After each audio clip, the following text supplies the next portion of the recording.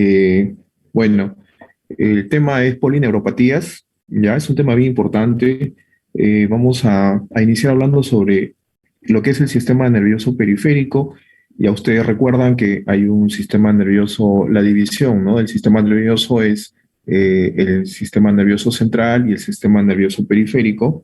Eh, bueno, el sistema nervioso periférico se origina, pues, eh, como vemos acá, ¿no? Las neuronas motoras que van a salir, ¿no? De lo que es los cuernos frontales de las asas anteriores de la médula espinal, ¿no? Son las vías eferentes, ¿no? Las cuales, bueno, finalmente van a formar las raíces y van a ir las raíces motoras, ¿no? Eferentes y van a ir finalmente a inervar los músculos estriados, ¿ya? Y las otras fibras que forman parte también, ¿no? De lo que es estos nervios periféricos vienen a ser las raíces aferentes, ¿no? O sensitivas que van a ir generalmente de los receptores que pueden estar a diferentes niveles, ¿no?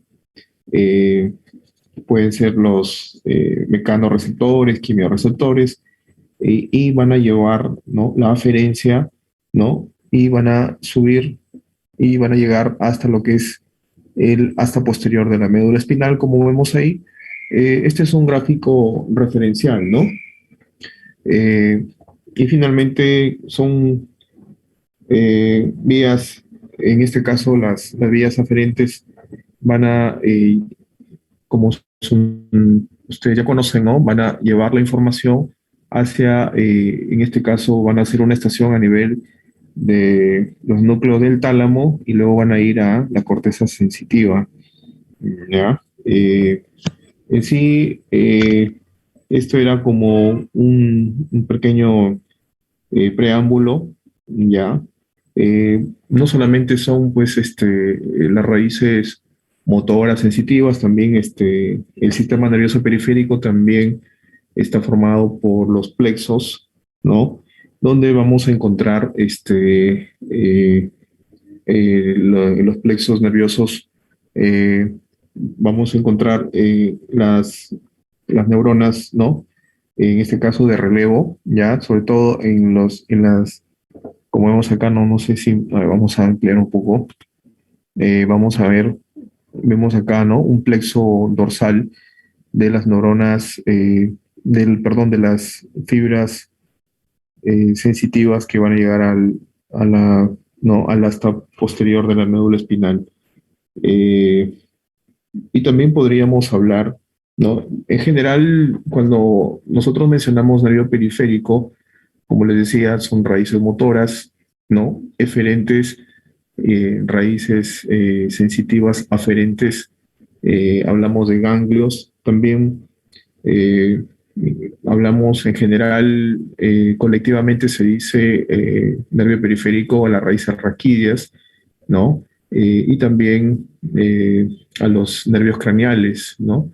Que son 12 nervios craneales. Eh, ya, mayormente estos nervios craneales son eferentes, ¿no?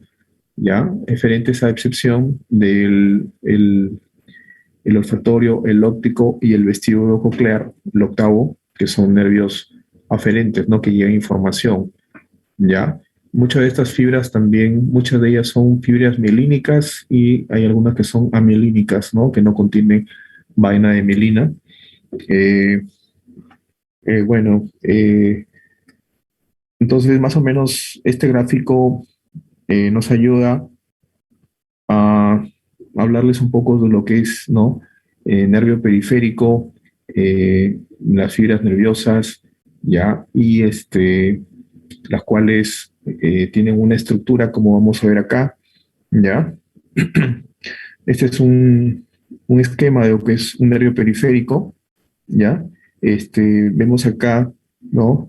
Que están, se podría decir, ¿no? Empaquetados dentro de lo que es el, el- las fibras están en forma paralela y están recubiertas por un tejido conectivo que viene a ser el perineuro.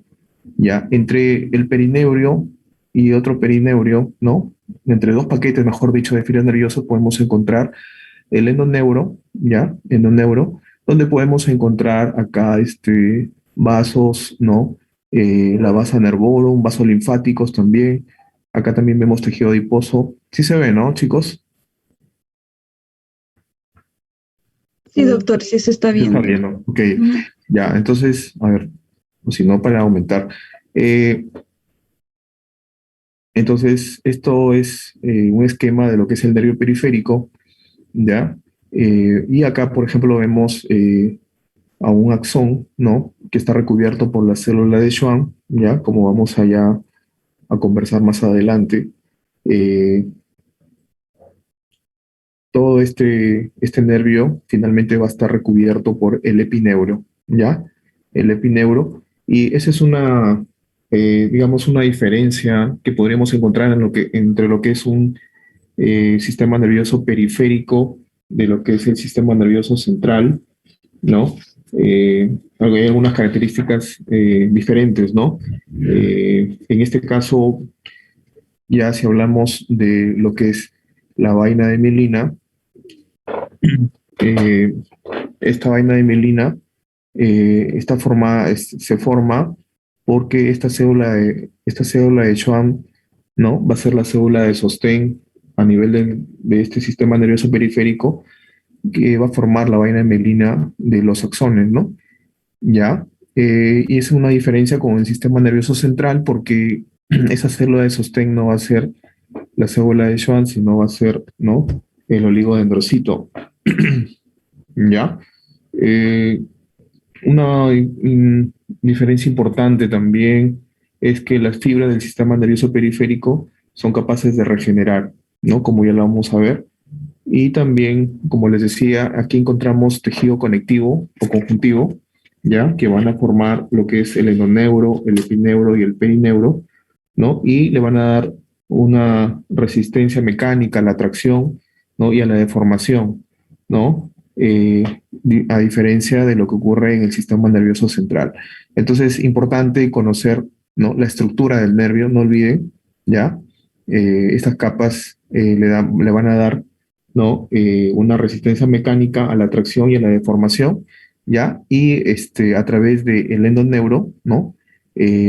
Vamos a también a ver lo que es la vasa nervorum, los vasos linfáticos, inclusive tejido adiposo, ¿ya? Entonces, son 31 pares de nervios raquídeos, ¿ya?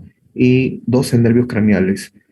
A veces les he corregido, ¿no? Algunos compañeros suyos de los grupos de práctica que no son pares craneales, son nervios craneales, ¿ya?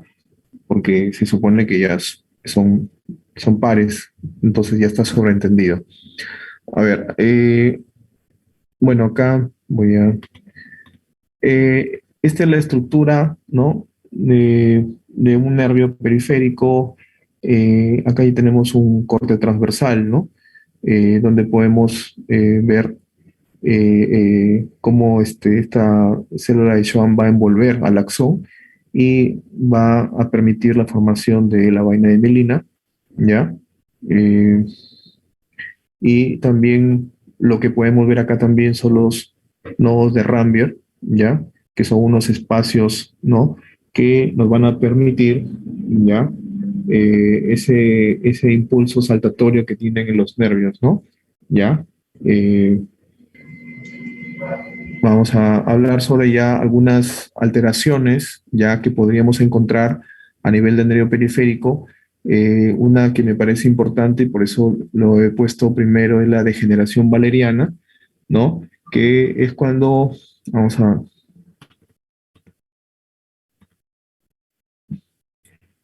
como vemos acá, ¿no? Vemos la anatomía, ¿no? De un nervio motor normal, ¿no? Y acá vemos la degeneración que va a sufrir el axón, ¿no?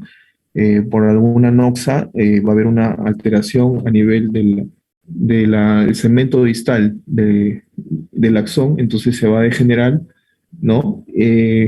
Y eso sería, pues, ¿no? En la degeneración valeriana, ¿ya? La sección del axón, ¿ya? En la cual se va a afectar el segmento distal, ¿ya? Y vemos acá la degeneración axonal, ¿ya? Que eh, mm, ya esto va a ser, sí, un daño, digamos, más importante. Al afectarse el axón, no solamente se va a afectar, ¿no? El axón, sino también la vaina de mielina, ¿ya? Y es por eso que en algunas patologías, como por ejemplo en el tipo en la variedad de Guillain-Barré de tipo axonal, ¿no? Eh, podría ser que también haya no solamente es la variedad desmelinizante, ¿no? Sino que acá frecuente en nuestro medio podría haber una afectación axonal, ¿no? En la cual la recuperación, ¿no? Va a ser más lenta, ¿no? A diferencia que en la remilización, ¿no? Va a ser más rápida, se va a recuperar mejor también el paciente, ¿no? ¿Ya? Entonces, cuando hay una afectación axonal, también ya va a haber una afectación de la vaina mielina y va a haber una regeneración, como vemos acá, ¿no? Pero va a ser más lenta, ¿ya? Acá vemos, por ejemplo, ¿no? Lo que les estaba explicando, ¿no? En este caso sería una fibra o un nervio. Bueno, en el sistema nervioso periférico se le dice fibras nerviosas, ¿no? Y en el sistema nervioso central son los tractos, ¿no? Como acá son los tractos nerviosos. Entonces, en este caso, mm, va, vemos acá que va esta vía aferente, ¿no? Está llegando hacia ¿no? el cuerno posterior de la médula, ¿ya? Este es un nervio normal, ¿ya? Y empieza acá la degeneración axonal, ¿no? Y posteriormente vemos que se va a afectar no solamente el axón, sino también con su vaina de mielina, ¿ya? Y va a haber una regeneración axonal, pero esto va a ser más lento, ¿ya? Eh, bueno, vamos a hablar también sobre lo que es la desmielinización, ¿ya? Eh, bueno, acá hay una afectación de lo que es la vaina de mielina, pero no va a ser una afectación completa, sino generalmente es parchada, ¿ya? Y bueno, en este caso, ah, como vemos acá, ¿no? Va a haber una alteración de la vaina de mielina, ¿ya? Pero también la célula de Schwann posteriormente va a seguir produciendo la mielina en estos axones y va a haber una remielinización de las fibras, ¿ya? Y bueno, esto va a ser más rápido, ¿no? La recuperación va a ser más rápida, puede tomar entre 2 a 4 semanas, ¿no? ¿Ya? Y bueno, ya ahora para hablar un poco sobre la clasificación, ya, de estas patologías del sistema nervioso periférico, eh, de acuerdo a la topografía lesional, ¿no? Encontramos diferentes tipos de lesiones, ¿no? Podemos encontrar una mononeuropatía sola, ¿no? Como por ejemplo cuando hay una compresión del nervio mediano a nivel ¿no? del túnel del carpo, ¿no? Una mononeuropatía porque es afectación de un solo nervio, pero también podría haber mononeuropatías múltiples, ¿ya? También podemos tener neuropatías motoras, neuropatías sensitivas, polineuropatías, ¿no? Como ya vamos a ver.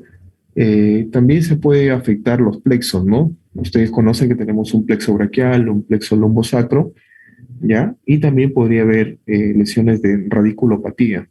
Y bueno, eso, como ya ustedes conocen, la clínica depende, las manifestaciones clínicas dependen de la topografía de la lesión, ¿ya? Entonces,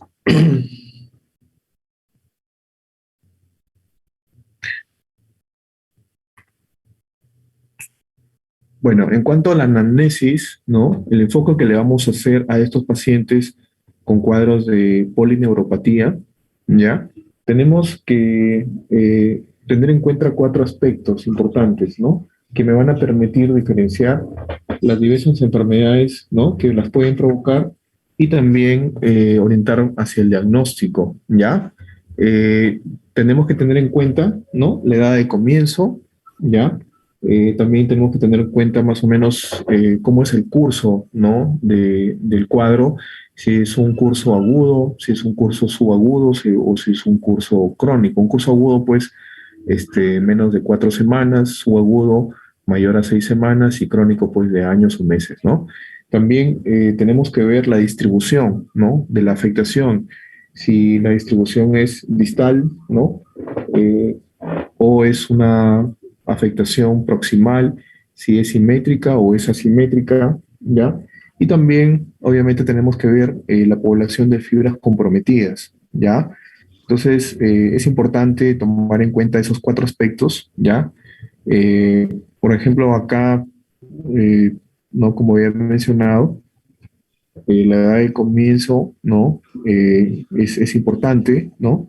Eh, el tiempo, ¿no? Que lo había mencionado, eh, si es un cuadro agudo, ya nos puede orientar, y el tipo también de afectación, si es axonal o desmielinizante. Eh, también para orientarnos, es importante preguntar eh, si ha habido características clínicas, ¿no? Tempranas, ¿no? Desde la infancia, por ejemplo, caídas, ¿no? Frecuentes, torpeza al caminar, ¿no? Eso nos puede ir orientando hacia, ¿no? Hacia cuál sería la etiología de la polineuropatía. Esto es semiología de lo que es polineuropatía. Es bien importante que ustedes que están en el pregrado, ¿no? Conozcan y dominen, ¿no? En cuanto a los síntomas motores, hay síntomas positivos y negativos, ¿ya? Eh, en los positivos, como vemos ahí, la presencia de espasmos, fasciculaciones, en un momento podría haber hasta temblor, mioquimias, ¿no? Ya también calambres podría haber. Y los síntomas negativos, ¿no? Cuadro de debilidad, ¿no? Y como les decía, tendríamos que ver, dependiendo de cómo es esa distribución de la debilidad, si es proximal, distal, ¿no? Multifocal, ¿ya? Eh, Importante también, ¿no? Saber si el paciente eh, tiene solamente debilidad o también presenta fatiga, ¿no? ¿Ya? Porque eso nos puede orientar ya a pensar en otra entidad, ¿no? Por ejemplo, miastenia gravis, ¿no? Que es una fatiga ondulante. Entre los síntomas sensitivos, los síntomas positivos, ¿no? Característico, ¿no? La afectación de las fibras, estas fibras pequeñas, ya, ¿no? Que se dan, por ejemplo, en pacientes con neuropatía diabética, ¿no? Parestesias, ¿no? Disestesias, ¿no? Inclusive podría darse, ¿no? La presencia de dolor sin estímulo nociceptivo, ¿no? Solamente con el roce, ¿no? De algún objeto podría haber dolor, ¿ya? Y los síntomas negativos podríamos indagar sobre la presencia de hipostesia, o si ya hay compromiso de las fibras propioceptivas, podría haber un cuadro de ataxia sensitiva. Ahora, también tenemos que investigar, ¿no? En estos pacientes, ¿no? Cambios, ¿no? Disautonómicos, por ejemplo, taquicardia, ¿no? O ortostatismo, o sea, cambios, ¿no?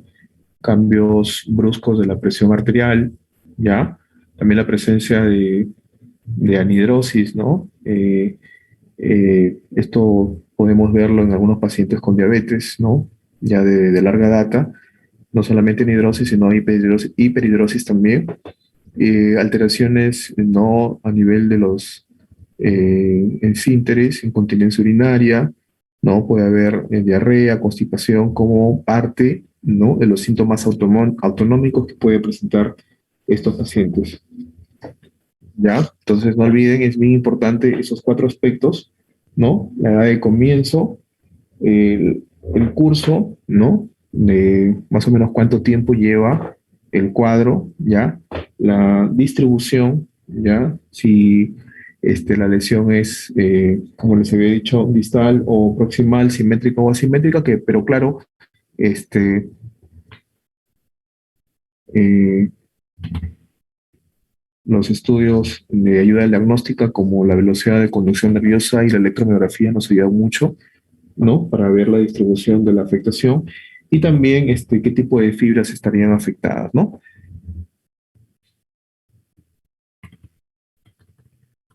También es muy importante los antecedentes, ¿no? Lo había mencionado, si hay antecedentes de caídas frecuentes desde la, ¿no? Desde el que el paciente ha presentado en la infancia, trastornos de la marcha, ¿no? Una marcha no equina, ¿no? O state page, ¿no? Propio de las polineuropatías. También preguntar si hay familiares que presentan, ¿no? Estos trastornos, ¿ya? La historia social también es importante, la ocupación, ¿no? También a veces, en algunos casos, la etnia del paciente, si ha habido exposición a tóxicos, alcohol, ¿no? Hay una neuropatía, ¿no? Alcohólica, ya que es una de las más frecuentes, entonces es importante también preguntar historia de alcoholismo, ¿no? No también si haya habido consumo de drogas y también ¿no? Eh, conductas de riesgo, ¿no? ¿Ya? También preguntar sobre, ¿no? ¿Qué medicamentos suele llevar el paciente? ¿No? Vamos a ver más adelante que hay algunos medicamentos que podrían causar, ¿no? Cuadros de neuropatías. Y bueno, también haciendo ya un poco más de anamnesis, preguntar, ¿no? Si hay presencia de, ¿no? De alteraciones dermatológicas, ¿ya? Presencia de movimientos involuntarios, ¿no? Y, y bueno, todas las características, síntomas constitucionales que podrían orientarnos, ¿no? Hacia algún tipo de enfermedad sistémica que esté en relación, ¿no? Con el cuadro de polineuropatía, ¿ya? Entonces, esto es bien importante, la anamnesis, no olviden, ¿ya? A ver, Marco es el que me dio ¿Siguen ingresando tus compañeros? Sí, doctor. Bueno, hace rato ya no, pero eh, han estado ingresando. Ya. Bueno, ¿y cuántos van ya en la sala delegada? 44, doctor. ¿De 90 alumnos? ¿44? Sí, Bueno, a ver, estábamos en la importancia de la anamnesis, ¿ya?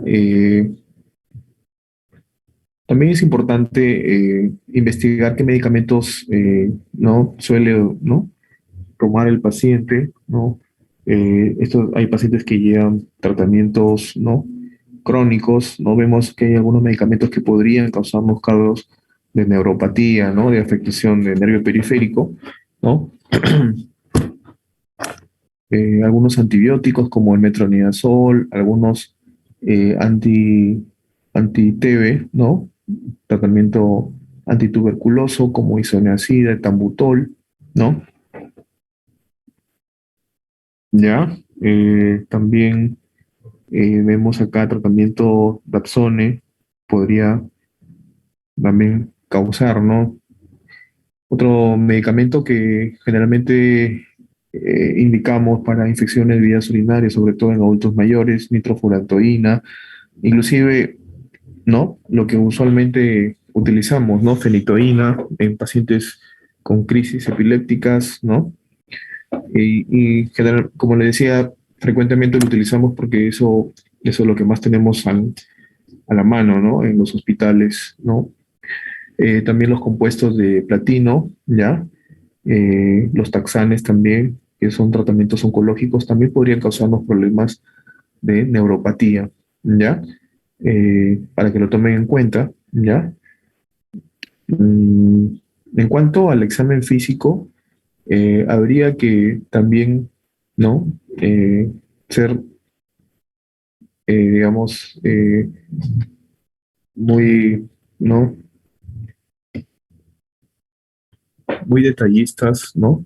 Muy exhaustivos en cuanto al examen. Obviamente, si tenemos una fuerte sospecha de un cuadro de polineuropatía, tenemos que ir buscando, ¿no? Ya algunos signos que nos puedan orientar, ¿no? Por ejemplo, dentro de los signos negativos, ¿no? Motores, ¿no? Evaluar la fuerza muscular para ver si el paciente presenta algún tipo de paresia, ¿no? En extremidades inferiores o superiores también. Y también la presencia de atrofia, ¿no? Atrofia muscular, ¿no? Ahora, cuando hay una debilidad, pero no hay presencia de atrofia, ¿no? Nos podría sugerir la presencia de una afectación desmineralizante, ¿no? Como ocurre en Guillain-Barré, ¿ya? Eh, en algunos casos también tenemos que indagar si hay presencia de fasciculaciones, ¿no? Que son pequeños movimientos, ¿no? De las fibras nerviosas, ¿no? Las fibras musculares, quiero decir. También la presencia de mioquimias, ¿no? Eh, si el paciente tiene, ¿no? Movimientos involuntarios en la cara, espasmos semifaciales, presencia de calambres, que ya lo habíamos mencionado. Eh, en cuanto a los signos sensitivos, nos orienta la afectación, ¿no? De si en caso es una fibra pequeña, podría haber, ¿no? El típico dolor neuropático, ¿no? En estos pacientes con polineuropatía, ¿ya? En algunos casos también podrían haber alteraciones, ¿no? En las vías eh, termoalgésicas, ¿no? En este caso vamos a encontrar frialdad, ¿no? Al examen físico, eh, porque están afectadas, pues, en este caso, la vía, ¿no? Espinotalámica, ¿no? De dolor y temperatura. Pero cuando se afectan ya fibras más gruesas, ya podemos encontrar ataxia sensitiva, podemos encontrar alteraciones, ¿no? De vibratorias, o sea, todo lo que, si ustedes recuerdan, ¿no? Lo que evaluamos en la sensibilidad profunda, ¿no? Con el diapasón, eh, podría haber también alteraciones ya en cuanto lo que es la barognosia, ¿no? La batiestesia, ¿ya? Eh, ¿No? Que se vio el año pasado, ¿no? En semiología, ¿ya? Y también podemos encontrar, ¿no? Por afectación de la vía propioceptiva, el signo de Romberg presente, ¿ya? Podríamos encontrar. Entonces, como ustedes ven, tenemos que, ¿no? Ser muy cuidadosos, ¿no? Muy exhaustivos a la hora de examinar a estos pacientes cuando obviamente tenemos la fuerte sospecha que presenta un cuadro de neuropatía, ¿no? Eh, Signos autonómicos, la presencia de cambios, ¿no? En la presión arterial, ¿no? Para eso tenemos que tomarle la presión al paciente, ¿no? Primero, pues, acostado, luego lo sentamos y vamos a encontrar cambios a nivel de las presiones, ¿no? Presiones arteriales, ¿no? Le tomamos primero en condiciones basales y luego el paciente tiene que levantarse y le vamos a tomar la presión y vamos a ver cambios ortostáticos, ¿no? También el paciente podría tener ¿no? Alteraciones en la frecuencia cardíaca, taquicardia, bradicardia también, ¿ya? Podemos encontrar ya en en unos casos de neuropatías, alteración, ¿no? De los reflejos miotáticos profundos, ¿no? Mal llamados reflejos osteotendinosos, ¿ya? Generalmente en polineuropatía lo que vamos a encontrar es una hiporreflexia, ¿ya? Eh, Esto también es bien importante, ¿ya? El examen de la marcha es bien importante, ¿ya? En estos pacientes tenemos que pedir al paciente que nos haga la marcha en tandem, ¿no? Espero que ustedes recuerden, ¿no? Le pedimos al paciente que vaya caminando en tandem. Primero, también le pedimos que camine primero de puntas y luego de talones.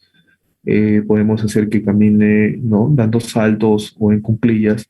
Y esto básicamente para ver si existe algún tipo de paresia en extremidades inferiores, ¿no?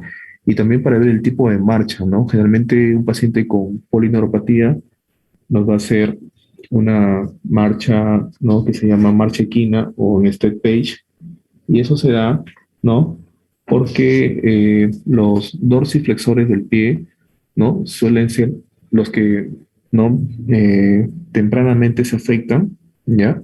Y posteriormente se van a afectar los músculos gemelos, ¿no? Los cuádriceps y también los óleos, ¿no?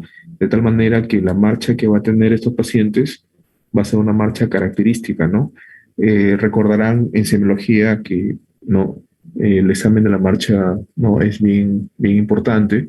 En este caso, la marcha en este page o marcha equina, ¿no? De los pacientes con polineuropatía, ¿ya?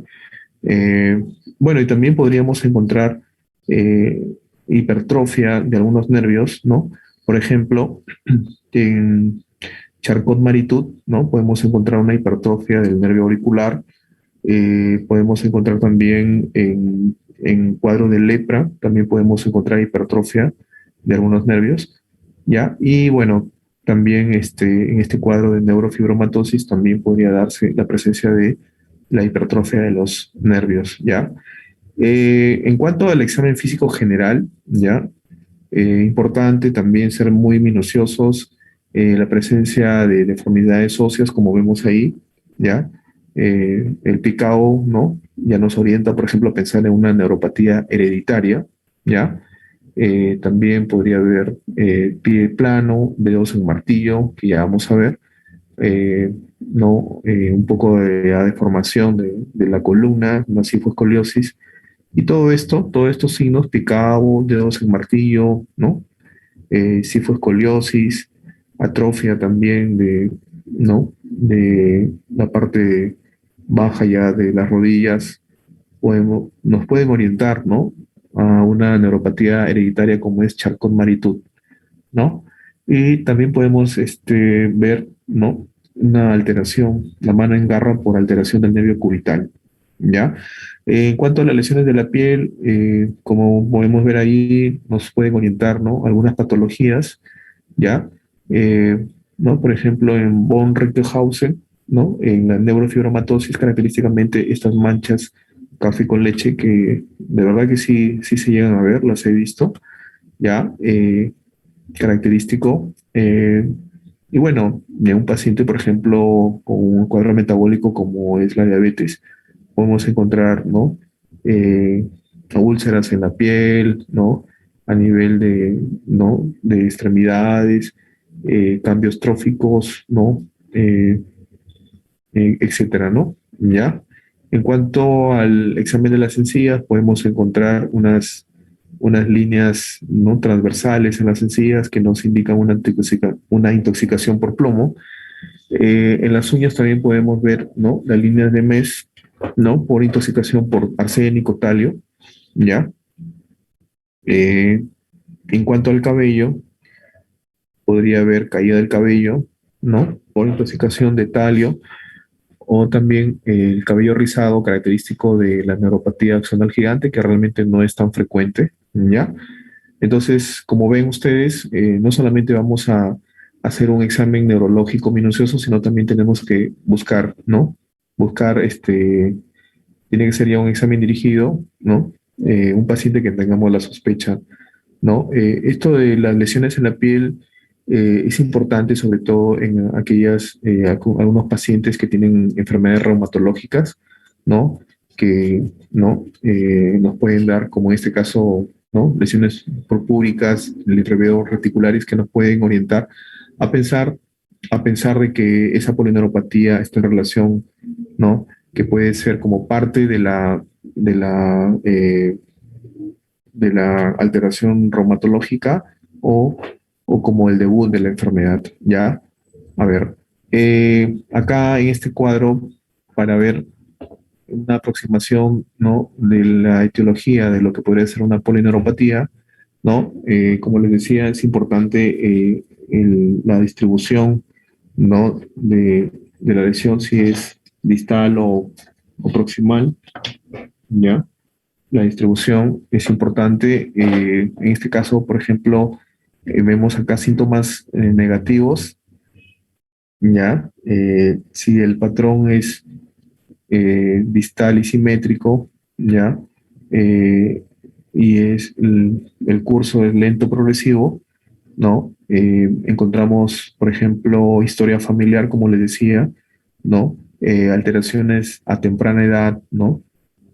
Podríamos sospechar en neuropatías hereditarias, ¿ya?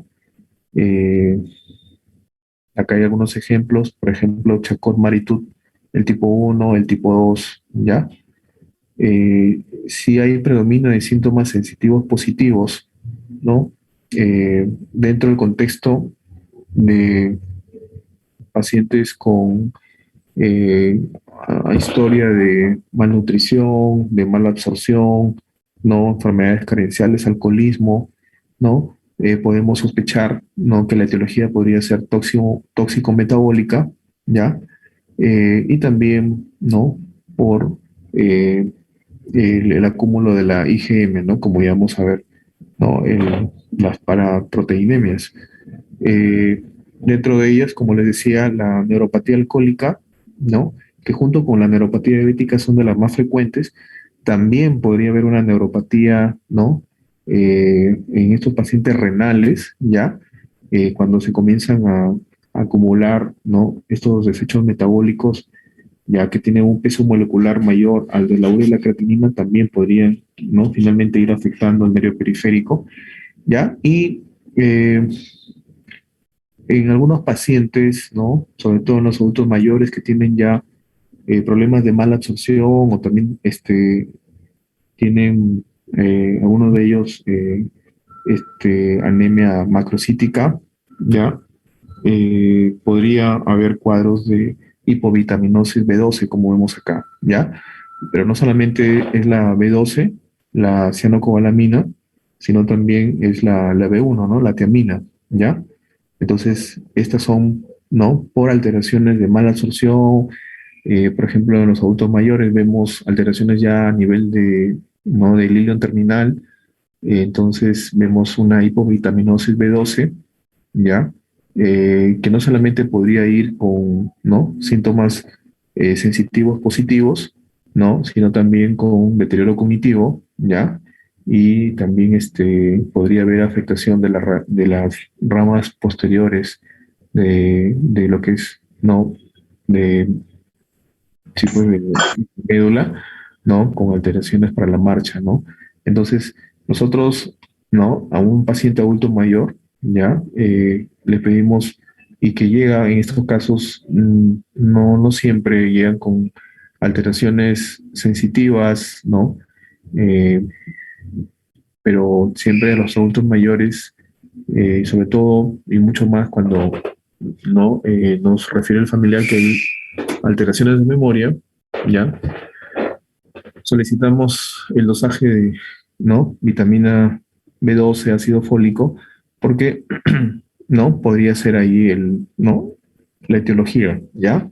Entonces, importante, no olviden que también podrían haber cuadros ya de polineuropatía, ¿no? De neuropatía por factores carenciales, de mala absorción, ¿no?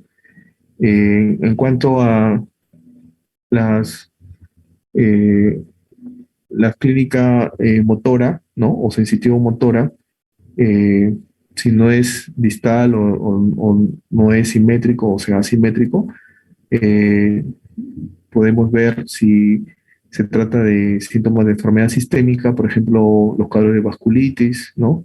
Eh, También podemos aquí asumir que podría tener una etiología inmune, ¿no? En estos casos podría ser un CIDP, ¿no? Una polineuropatía desmineralizante inflamatoria, pero crónica, ¿ya? O cuadros también de vasculitis, ¿no? ¿Ya? Si hay antecedentes de tabaquismo, antecedentes también, ¿no? De historia oncológica, ¿no? Podemos asumir por ahí que de repente hay, ¿no? Como etiología de la polineuropatía, de repente un OATSEL, o sea, un cáncer de pulmón a células pequeñas, ¿no? O ¿no? En una paciente mujer, un cáncer de mama, ¿no? Que es lo más frecuente, ¿ya? Entonces, también si el paciente tiene síntomas motores o sensitivos motores, ¿no? Eh, y tiene síntomas infecciosos, ¿no? Fiebre, ¿no? Fiebre a la cabeza, ¿ya?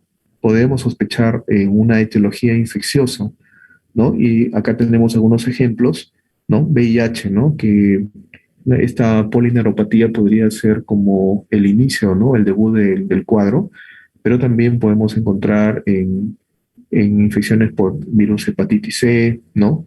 En enfermedad de Lyme también, ¿no? Que, bueno, acá no es frecuente en nuestro país, pero sí es importante que ustedes conozcan, ¿ya?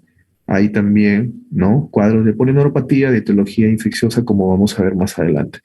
En cuanto a los exámenes de ayuda al diagnóstico, tenemos, y bueno, yo creo que el más importante, y sobre todo el que tenemos nosotros eh, a nuestro alcance, es el estudio neurofisiológico de la velocidad de conducción nerviosa y la electromiografía, ¿ya? eh, Estos nos van a permitir confirmar, ¿no? La presencia de neuropatía. ¿Por qué? Porque si es un paciente ya que tiene síntomas y signos de un cuadro, ¿no? De afectación del nervio periférico, sería un caso probable, ¿no? Ya, pero cuando ya nosotros le hacemos ese estudio, ya este estudio nos confirma, ¿no? Entonces, esto sería ya un caso definitivo, ¿no? Porque no solamente tendría la clínica, los signos y síntomas, sino también la estaríamos confirmando con esos estudios neurofisiológicos, ¿no? Lo que les decía, ¿no? Este estudio de velocidad de conducción nerviosa y electromiografía me va a permitir también ver cuáles son las fibras que están afectadas, ¿no?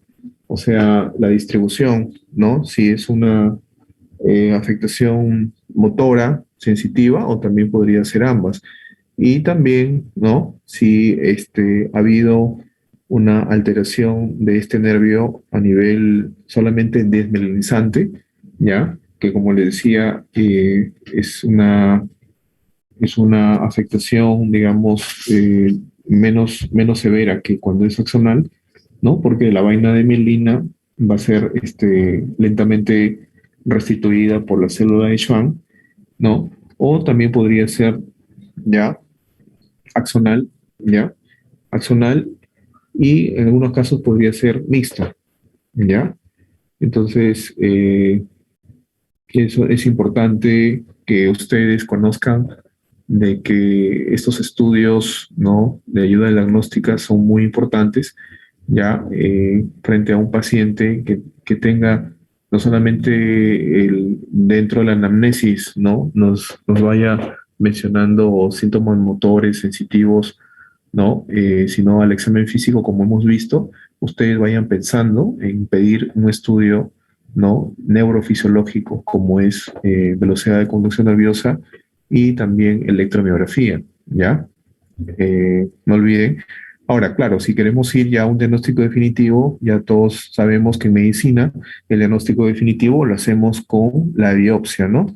Y bueno, por ejemplo, acá hay algunas indicaciones de la biopsia de nervio Generalmente lo que se biopsia es el nervio sural, ¿ya? En algunos casos, por ejemplo, ¿no? Como vemos acá, en pacientes con vasculitis, ¿no? Con sarcoidosis, podemos pedir, ¿no? La biopsia del nervio sural, ¿ya? Eh, y bueno, cuando, como dice acá, cuando no esté muy claro el diagnóstico, ¿no? Podemos, o cuando queremos precisar mejor el diagnóstico, ya, esto ya es lo definitivo, ¿no? Podemos, ¿no?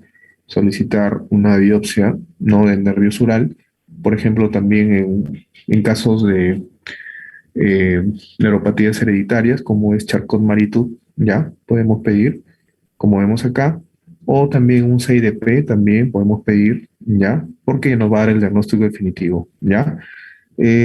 Para ya empezar a hablar sobre los tipos etiológicos, ¿no? De las polineuropatías, ¿no? Las neuropatías hereditarias, un grupo heterogéneo, ¿ya?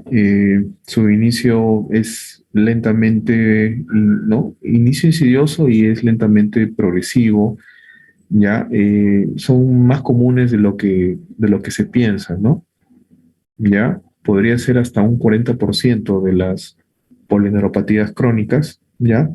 Eh, y bueno, eh, siempre tenemos que, cuando vemos, sobre todo cuando, bueno, cuando ya tiene toda la clínica, ¿no? Las alteraciones, el picado, los dedos en martillo, ¿no? Esa hipertrofia del nervio auricular, pues yo creo que es mucho más fácil y sobre todo si tiene una historia familiar también, pero hay algunas polineuropatías que no son filiadas que en algunas series han encontrado que podría presentarse hasta un 50%, ¿no? Estas neuropatías hereditarias, ¿ya? Eh, y bueno,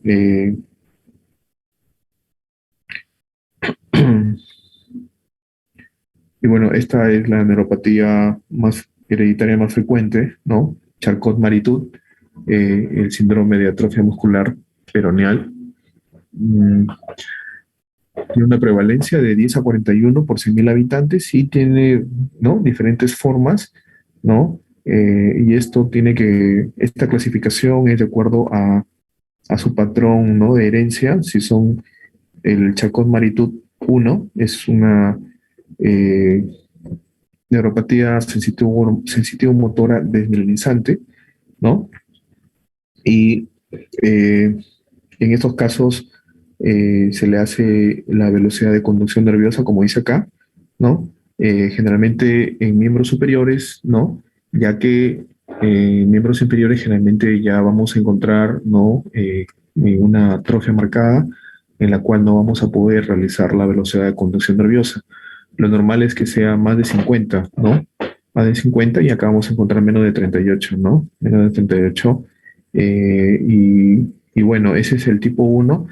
La de tipo 2 viene a ser, según el patrón de herencia, es autosómica, es axonal, autosómica dominante, ¿ya?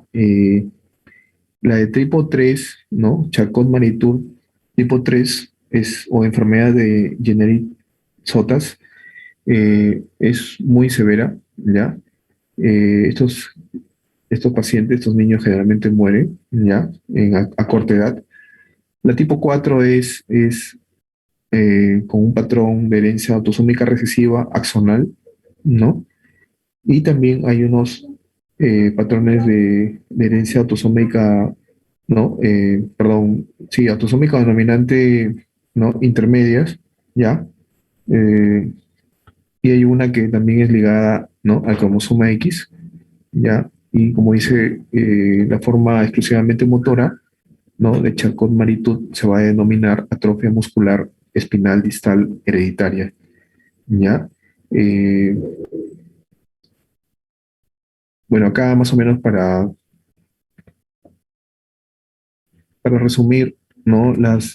Algunas características clínicas, ¿no? De este cuadro hereditario, ¿ya? De esta neuropatía hereditaria. Eh, Como les decía, la, la de tipo 3, ¿no? Es la más severa, ¿no? Eh, y bueno, en general estos pacientes eh, tienen desde el inicio, ¿no? Desde la niñez temprana tienen alteraciones para la marcha, ¿no? Por ya las, digamos, las atrofias que van a tener a nivel del músculo peroneal, ¿no? Van a tener afectación de pie cao que no le va a permitir, ¿no? La marcha, ¿ya? Eh, bueno, en estos casos de la que está ligada al cromosoma X, también no solamente podría tener afectación del nervio periférico, sino también podría haber afectación del sistema nervioso central, ¿ya? Eh, y bueno, realmente estos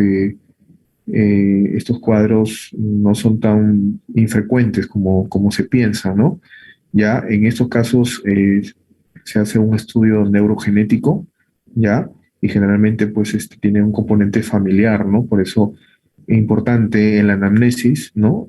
Lo reitero que tienen que ustedes preguntar si es que hay algún otro familiar que tenga más o menos estos problemas, ¿no?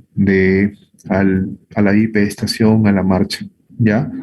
Entonces no olviden que también inclusive podría haber ya afectación a nivel del sistema nervioso central, no solamente a nivel del sistema nervioso periférico, ¿no? Y hay unas formas complejas que podría haber una afectación a nivel de corazón, a nivel ocular o a nivel también de, ¿no? Raíces espinales, ¿ya? Esta, no olviden que la Charcot-Marie-Tooth, ¿ya? Y se llama así por los investigadores, ¿no? Que estudiaron estos cuadros, estas neuropatías hereditarias, ¿no? La más severa es la tipo 3, ¿no? La de Jerin-Sotas, ¿ya? Y bueno, acá les traigo algunas fotografías, ¿no? De las alteraciones que podrían presentar estos pacientes. Vemos acá, ¿no? Pie péndulo, ¿ya? Y también los dedos en martillo, ¿ya? Otra alteración, ¿ya? Frecuente en esos cuadros de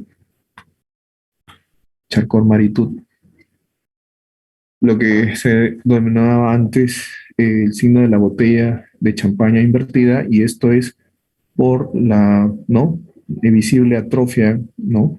Que tienen a nivel de miembros inferiores con conservación, ¿no? Del trofismo en muslos, ¿no? Entonces, es un signo característico en estas neuropatías hereditarias, el signo de la botella de champán invertida, ¿ya? Por la hipotrofia, ¿no? Muscular distal. Y también la mano en garra, ¿ya? Como vemos ahí, ¿no? Hay una hipotrofia de la musculatura tenar, vemos acá, ¿no? Una hipotrofia y por afectación acá, ¿no? Del nervio cubital, ¿ya? Entonces, no olviden examinar bien a los pacientes, ¿ya? Preguntar no solamente los síntomas negativos, sino también los síntomas positivos que ya hemos visto. Les digo esto porque he visto, ¿no? En las historias clínicas de hospitalización, ¿no? Que a veces los internos, ¿no? En estos casos solamente preguntan, ¿no? Lo referente a alteraciones de la sensibilidad, ¿no? Y de la sensibilidad superficial, ¿no? Eh, Parestesias, disestesias y olvidan los síntomas positivos también. El tratamiento de estas neuropatías hereditarias básicamente es sintomático hasta hoy en día, ¿ya? Estos pacientes van a terapia de rehabilitación, ¿ya? En algunos casos también utilizan, ¿no? Ortesis. Esto también es bien importante, hacer consejería genética, dado que tiene un componente genético, ¿no? Para las siguientes generaciones, ¿no? Se han utilizado algunos medicamentos, pero no sin mayores no éxito en el tratamiento, ¿no? En algunos pacientes con esta mutación MPZ se vio que podían responder, ¿no? Al tratamiento, ¿no? Con corticoides, ¿no? Entonces, dado que el CIDP, que es la polineuropatía desmielinizante inflamatoria crónica, responde a los corticoides, podría haberse sospechado de que podría estar asociado también un CIDP ahí, ¿no?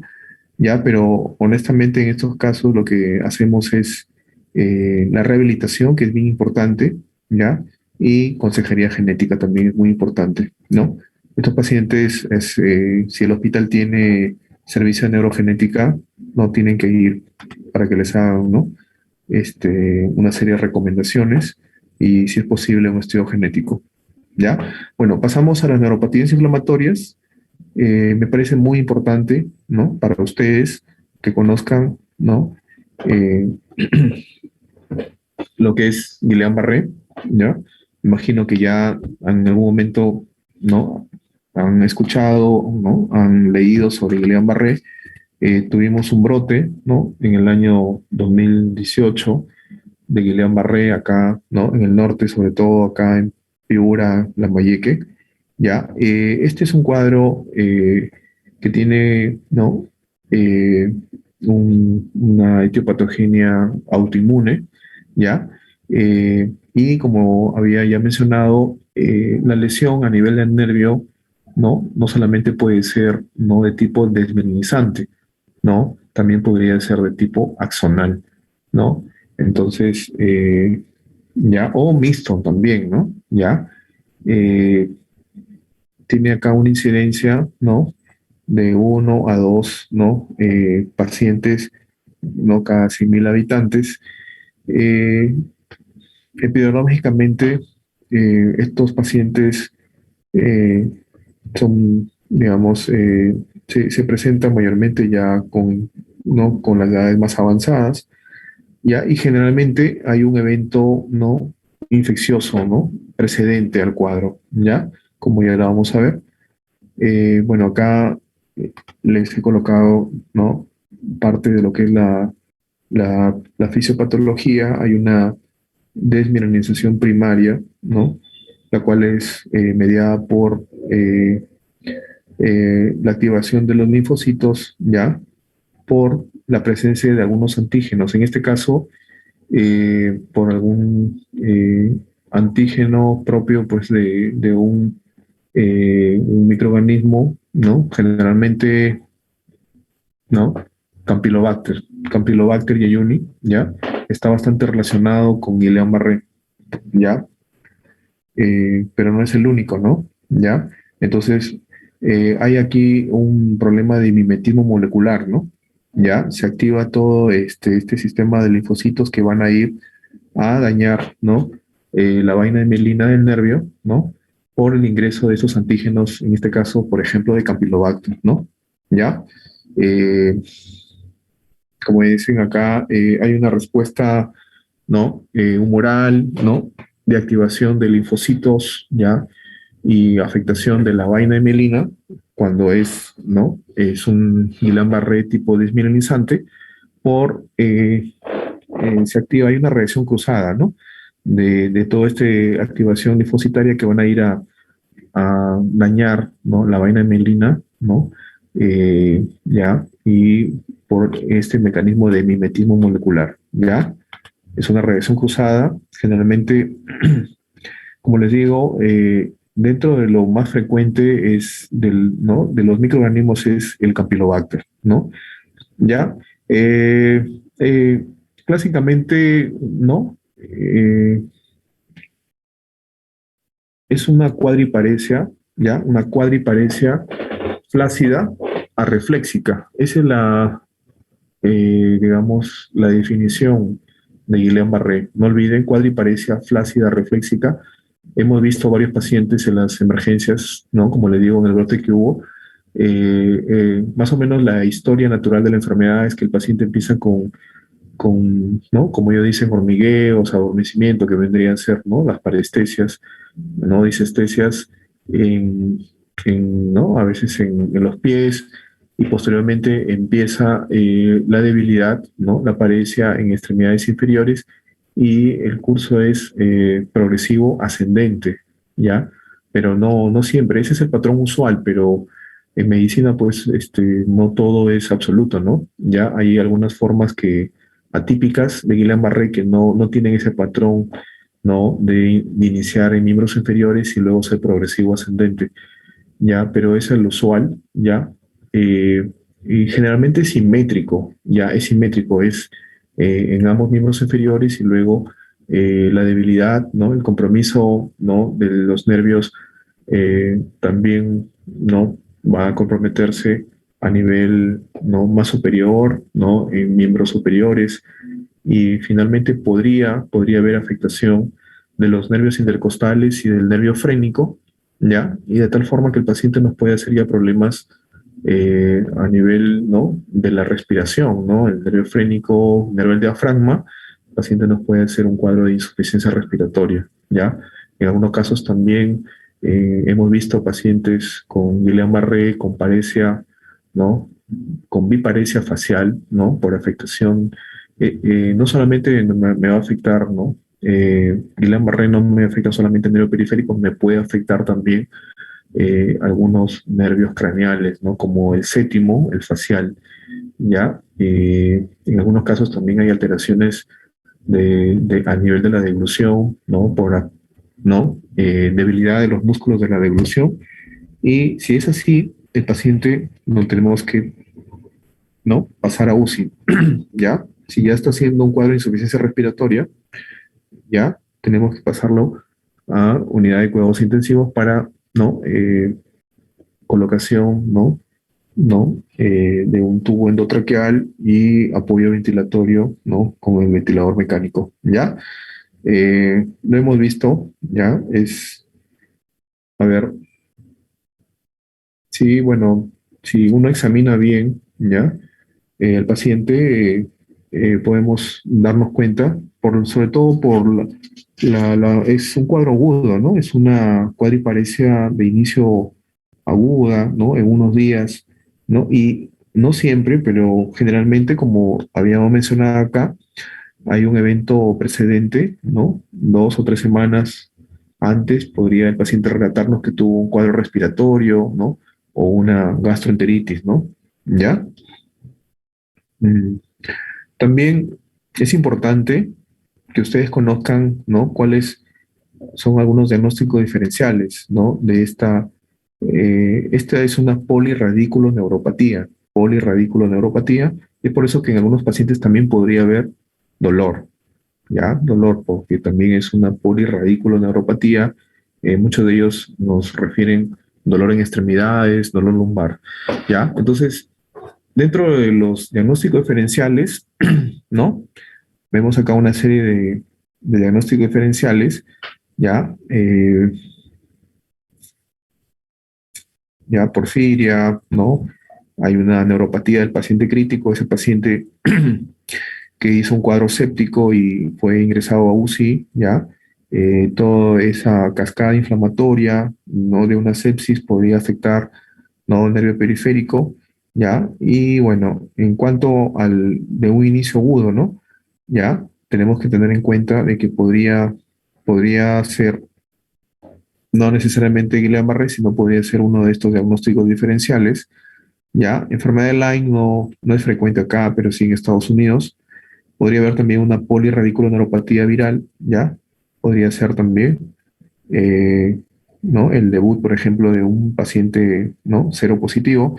Pero no solamente eso, también podemos, ¿no? Hacer diagnóstico diferencial con algunas patologías, ¿no?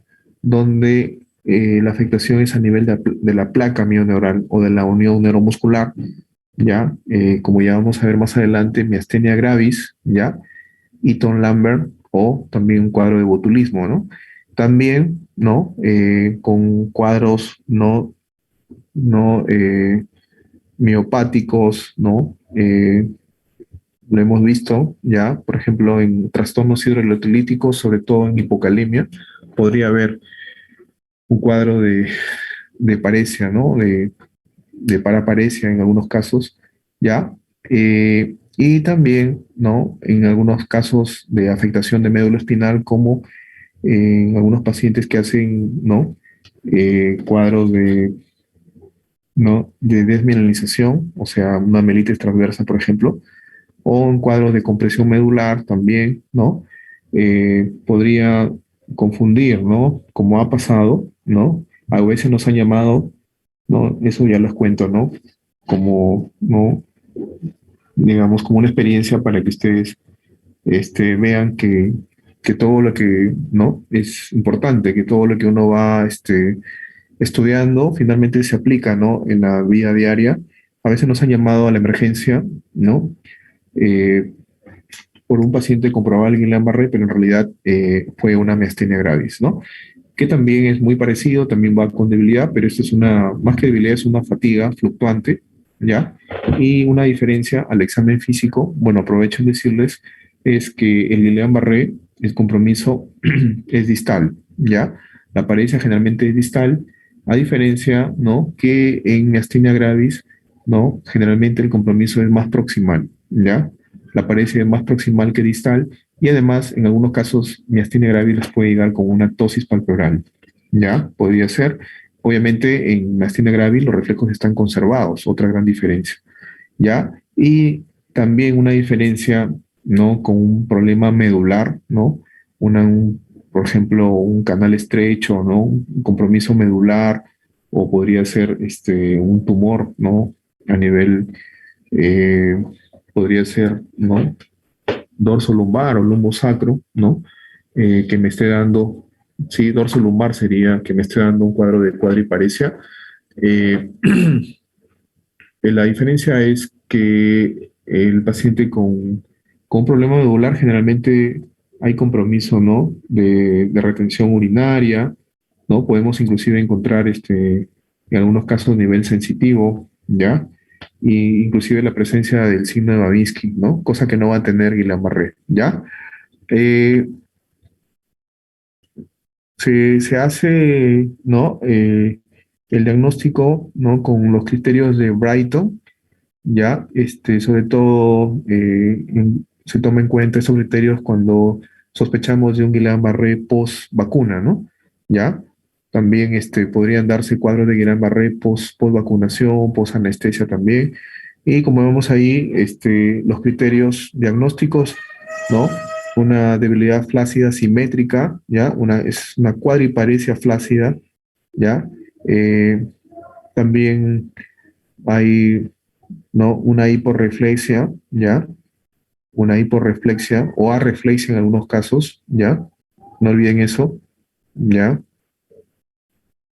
Cuadriparesia flácida arrefléxica, ¿ya? Eso también es importante, el curso es monofásico, ¿no? Y generalmente dura, ¿no? Desde la aparición, ¿no? Hasta que termina el cuadro, es más o menos, ¿no? De 4 semanas, ¿no? Ya, el curso es monofásico, no, esto no tiende a ser recurrente. Y otra característica importante en Guillain-Barré, ¿ya? Que es importante que ustedes, ¿no? Conozcan es, eh, ¿no? La famosa disociación albúmino-citológica, ¿no? ¿Ya? Vamos a encontrar disminución, ¿no? De la celularidad, ¿ya? Y con aumento de las proteínas, ¿ya? Eh, a veces no hacemos la punción lumbar, ¿ya? Pero si ya el paciente de emergencia sube a hospitalización, ahí de todas maneras se programa, ¿no? Como dentro del plan de trabajo, hacer la punción lumbar para encontrar esa disociación albuminocitológica y también, ¿no? También le hacemos su estudio neurofisiológico de velocidad de conducción nerviosa y electromiografía, ¿no? En este caso vamos a encontrar como ya una afectación, ¿no? De lo que es la mielina, ¿ya? Vamos a encontrar una velocidad de conducción nerviosa disminuida, ya con las amplitudes más o menos conservadas, ya. Bueno, mm, ahí lo dice, estudio de conducción nerviosa, ya. No olviden la disociación albumino-citológica, las células disminuidas, las proteínas aumentadas, ya. Y y una ausencia de un diagnóstico, ¿no? Que nos explique, ¿no? Esa debilidad con la cual llega el paciente. ¿Ya? No olviden estos criterios de Brighton para Guillain-Barré.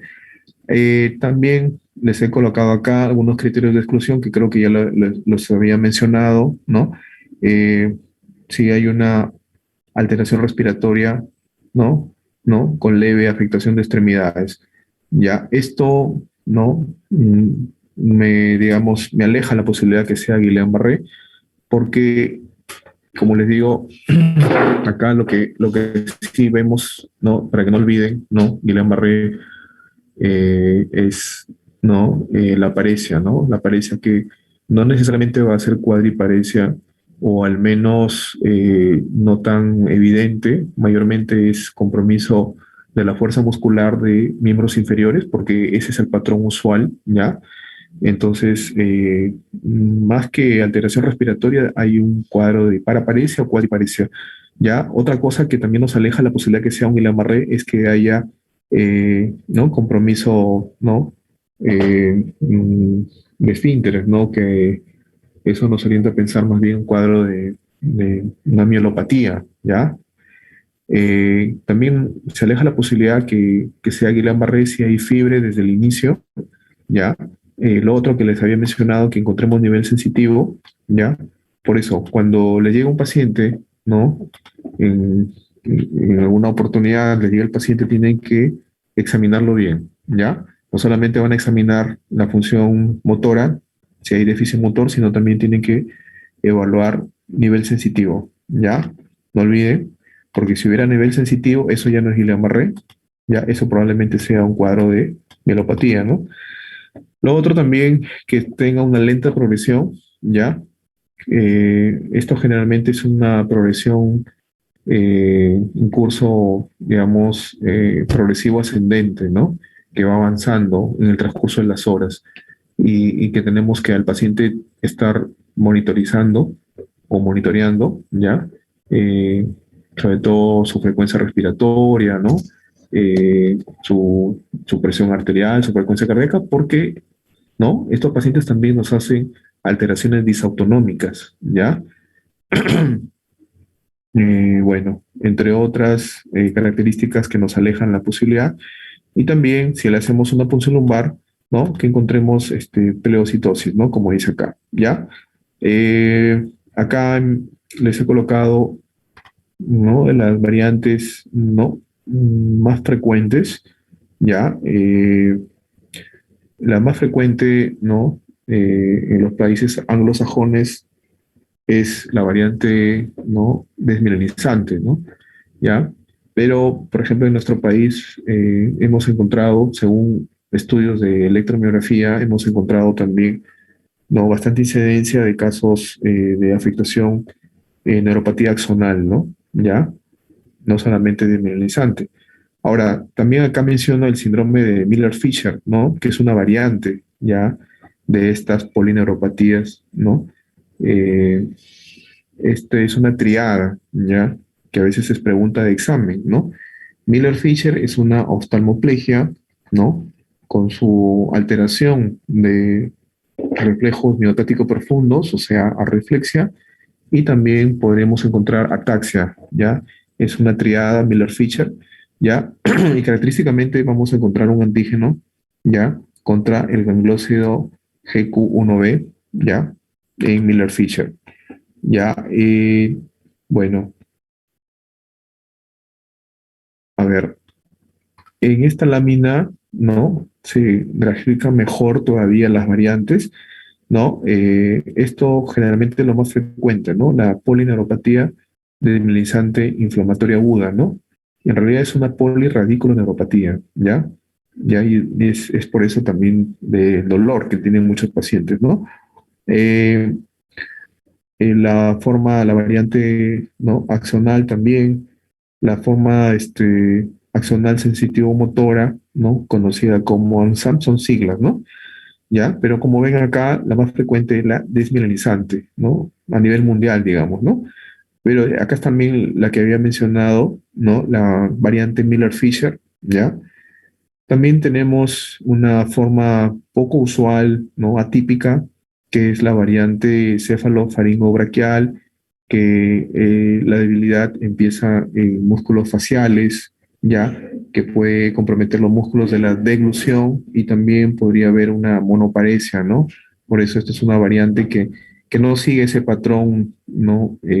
Usual, ¿no? Que del Guillain-Barré, que es ¿no? Progresivo ascendente, ¿no? Empieza en miembros inferiores y va ascendiendo hacia miembros superiores y tórax, ¿ya? Hay otra variante también que es la diplegia facial, como le decía, una biparesia facial, pero esto no es lo usual, ¿ya? Y también hay otra variante de Guillain-Barré, que es el encefalitis de Bickerstaff, donde podría haber compromiso ya del sistema nervioso, podría haber compromiso de algún nervio oculomotor, ¿ya? Son variantes poco frecuentes, ¿ya? Lo más frecuente, no olviden, es la variante desmielinizante, ¿ya? La desmielinizante. Bueno, para hablar un poco del tratamiento, ¿ya? Eh, bueno, ya saben que tiene un componente, ¿no? De mimetismo molecular, ¿no? Entonces, tenemos que tener al paciente en observación, ¿ya? Y siendo esta un cuadro, ¿no? Agudo, ¿ya? Tenemos que estar monitoreando, ¿no? Los signos vitales, ¿ya? Eh, Como dice acá,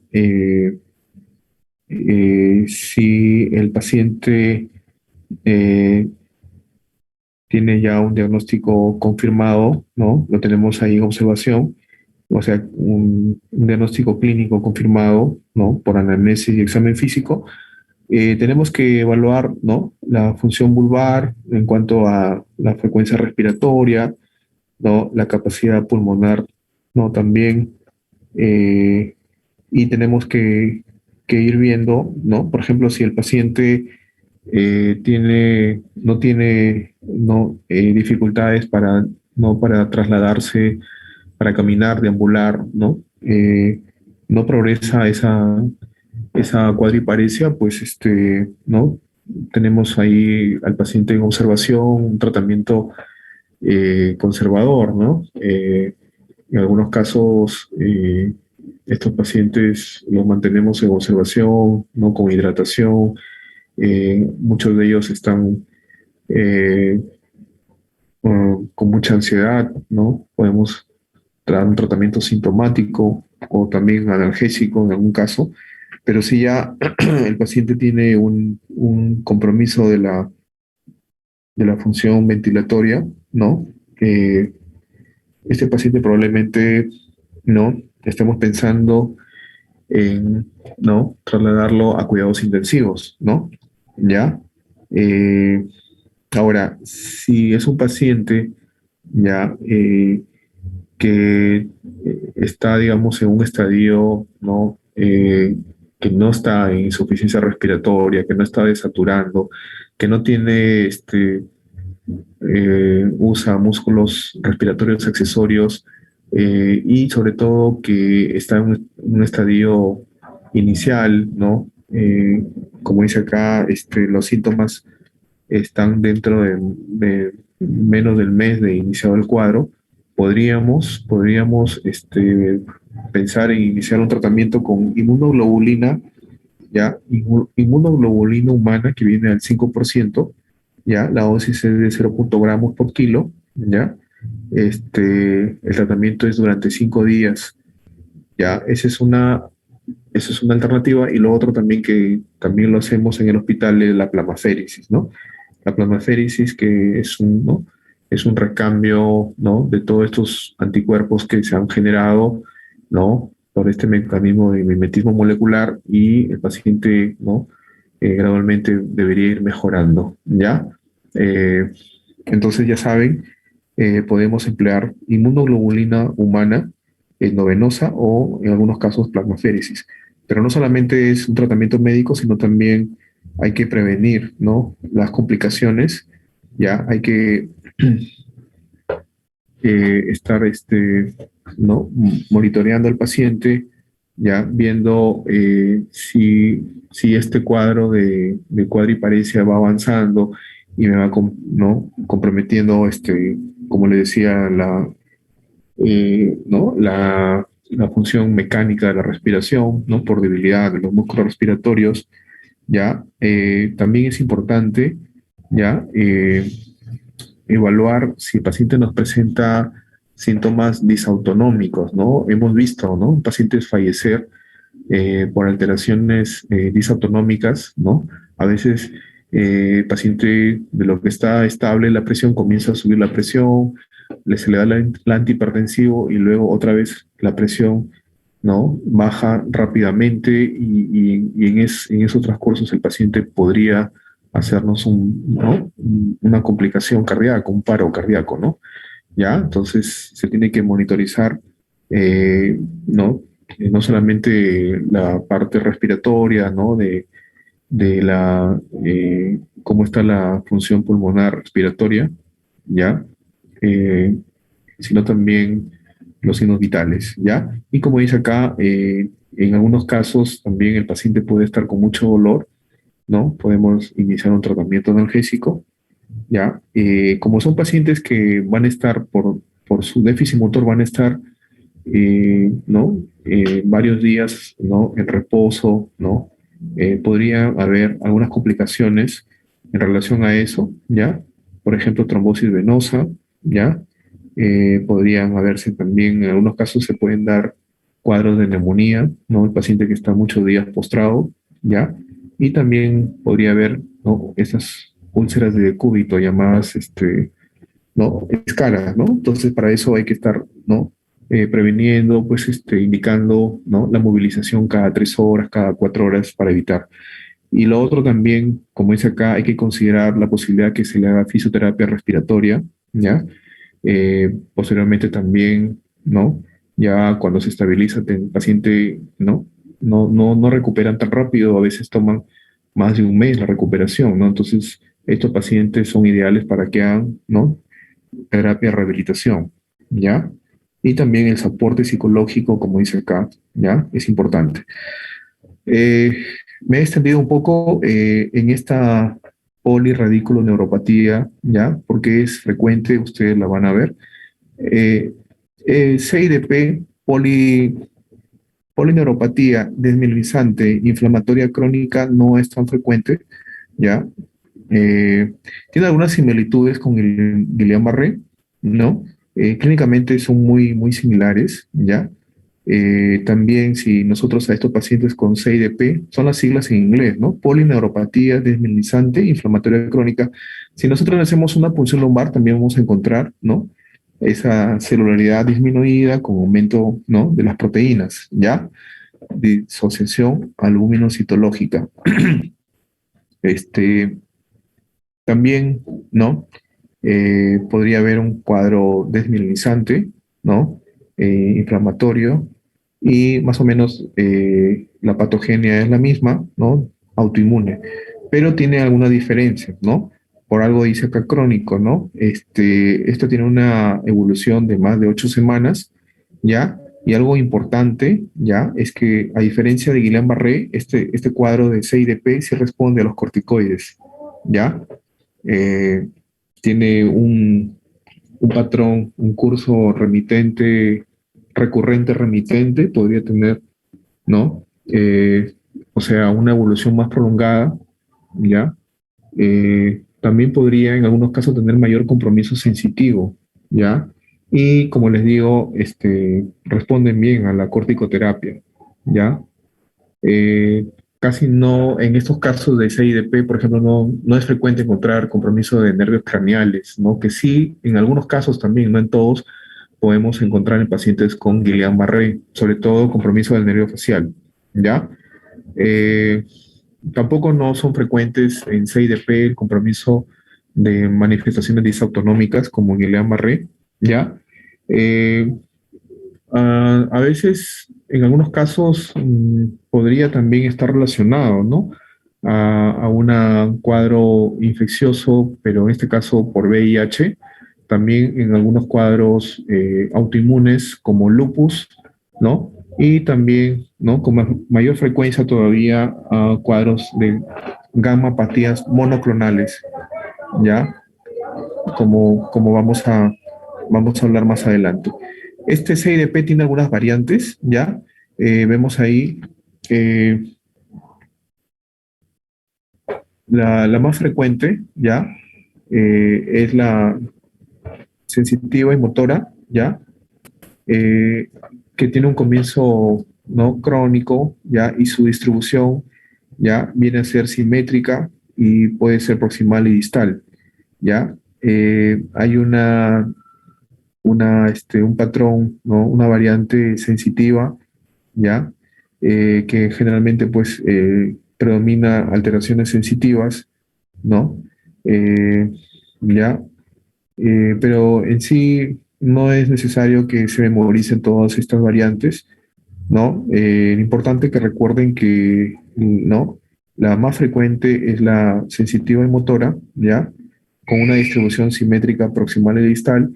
Y de CIEP, recuerden que tiene un curso prolongado, ¿no? De más de 8 semanas, a diferencia de Guillain-Barré, que, como le mencionaba, más o menos la duración puede ser entre 3 a 4 semanas con un, un periodo de estabilización y posterior periodo de recuperación, ¿ya?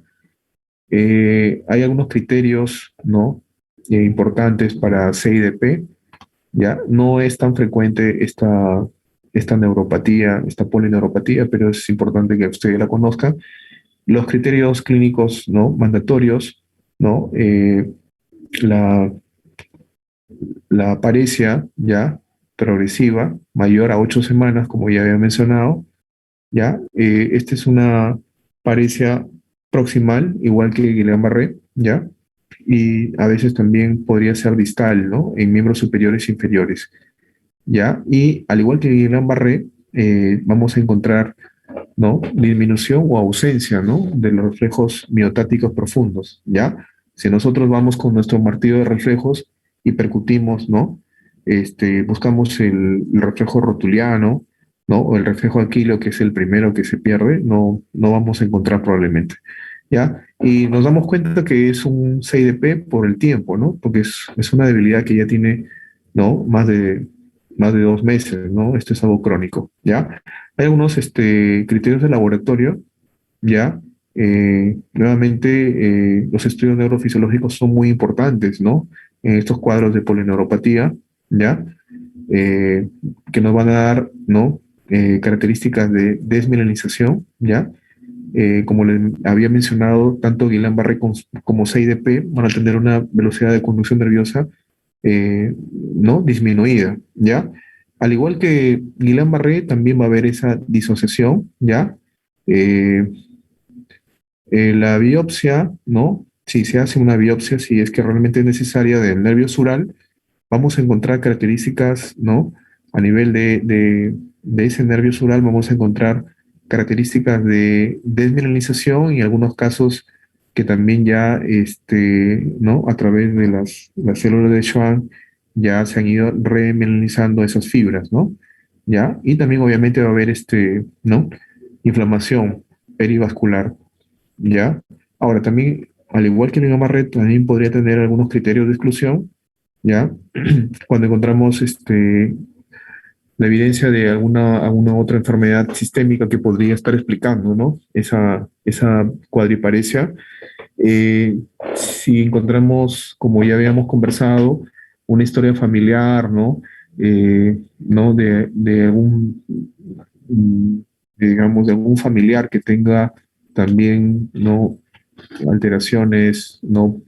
Eh, físicas, al examen físico, ¿ya? Y que nos puedan hacer sospechar de una neuropatía hereditaria también, ¿no? Se aleja la posibilidad. Y, ¿no? Como ya habíamos conversado, lo definitivo, el diagnóstico definitivo siempre lo obtenemos con la anatomía patológica, que encontremos, eh, en la biopsia no encontremos un patrón desmineralizante, al contrario, ¿no? Encontremos un patrón de repente a nivel de biopsia de nervio sural, de repente ¿no? De generación axonal, ¿no? Bueno, en cuanto al tratamiento, como ya le había mencionado, este cuadro sí responde a los corticoides, ¿ya?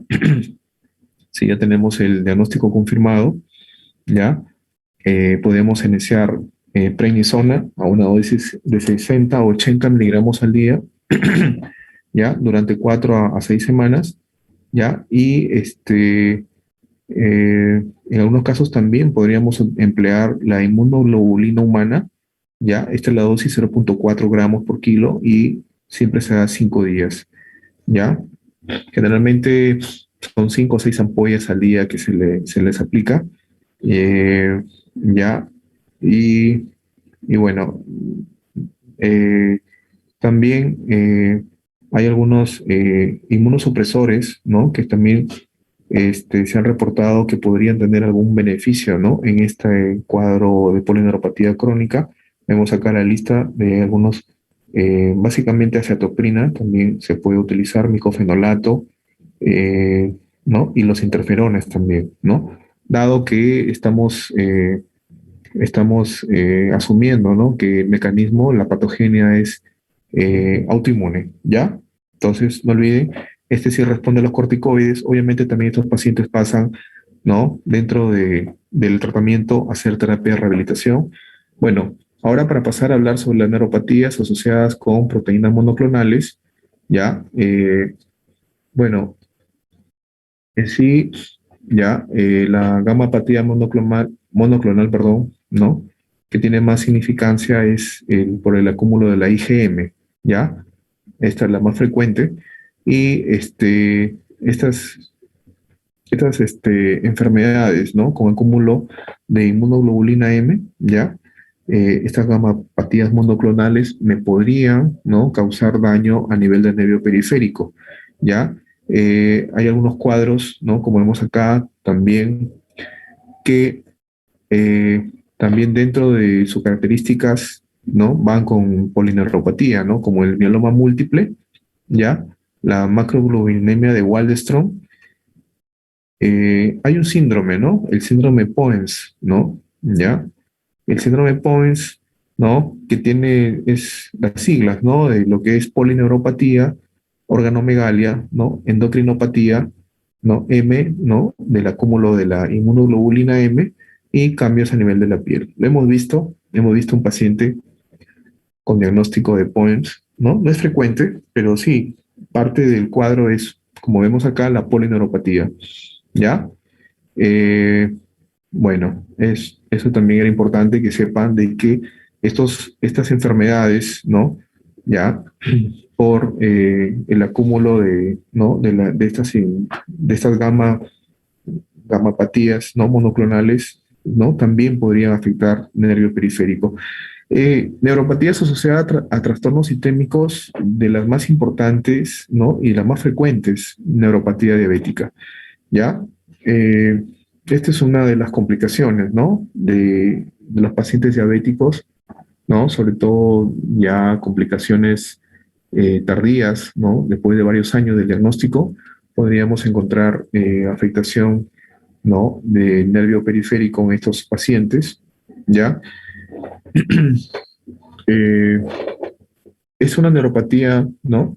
Muy común, al igual que la neuropatía alcohólica, ¿no? En nuestras poblaciones, ¿ya? Como dice acá, es el determinante más importante para el desarrollo de esta complicación, ¿no? Que es el pie diabético, dado que el paciente, ¿no? Al haber una afectación, en este caso es una degeneración axonal que presenta el paciente, va a perder, ¿no? Esta vía de la sensibilidad, ¿no? Ya la termoalgésica, entonces va a comenzar a hacer pequeñas lesiones, ¿no? Úlceras y finalmente, ¿no? Al haber también insuficiencia vascular periférica, va a haber, ¿no? Episodios inicialmente el paciente puede sentir, ¿no? Episodios de dolor neuropático intenso, ¿ya? Pero llega un momento donde el paciente pierde ya la sensibilidad y puede tener lesiones y terminar en un pie diabético, ¿no? En una necrosis, ¿no? Distal de los dedos, ¿no? Que muchas veces tiene que ser, ¿no? Visto por cirugía vascular, traumatología, algunos de ellos lamentablemente tienen que, ¿no? Realizárseles una amputación supracondílea, ¿no? La prevalencia de la neuropatía, ¿no? Obviamente aumenta con el tiempo de evolución de la enfermedad y también con la edad del paciente, ¿no? En general, las polineuropatías, ¿no? Tiene una prevalencia entre 1 al 5%, ¿ya? Y va aumentando, ¿no? Con la edad, va aumentando, cada vez se hacen más frecuentes y podrían llegar hasta un 40-50% de pacientes ya mayores, ¿ya? Y igual acá aumenta con el tiempo de la enfermedad, sobre todo cuando, ¿no? El paciente no lleva un tratamiento, ¿no? Correcto y regular, ¿no? De su diabetes, ¿no? Se calcula que